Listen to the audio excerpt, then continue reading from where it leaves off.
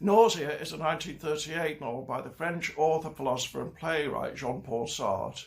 It focuses on one man, Antoine Requentin, an historian whose stay in an unremarkable coastal town called Bouvy is interrupted by increasingly frequent bouts of mental disturbance, which he eventually comes to recognise as intensifying bouts of mental clarity. To say there isn't much of a plot is an understatement. Requentin is in Bouvy to do some historical research, so he's self-employed. He wanders around, passing judgment on the town's inhabitants, so he mostly sees as small-minded provincials.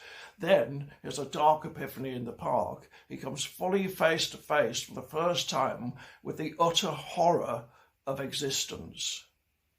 His life is changed forever, probably for the worse, although at least he now knows the truth. He gives up his research project. History is a lie, just another of humankind's contemptible attempts to hold the meaninglessness of the universe at arm's length. Not that there is a humankind, there's just existence in all its chaos. Sartre became famous for existentialism, a philosophy which begins from the premise that existence precedes essence, meaning that the existence of things is always prior to any question of how we can define or describe them. He was also an atheist. His version of existentialism, when he wasn't the founder of the movement by any means, is largely about values and freedom. We're always absolutely free, but that's not something to be celebrated because it brings with it the responsibility to create our own way of living. When things go wrong, we've only got ourselves to blame. In my view, Nausea has been relatively neglected, relative to its literary merits. The alienated loner is arguably a young person's trope, but Nausea is too boring for most young people.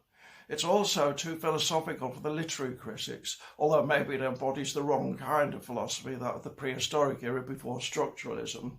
Finally, it's too literary for the philosophers who feel they're only qualified to assess its metaphysical merits. This is a shame. It's extremely well written, and Antoine Requentin is arguably as much of a human type as Emma Bovary or Harry Angstrom.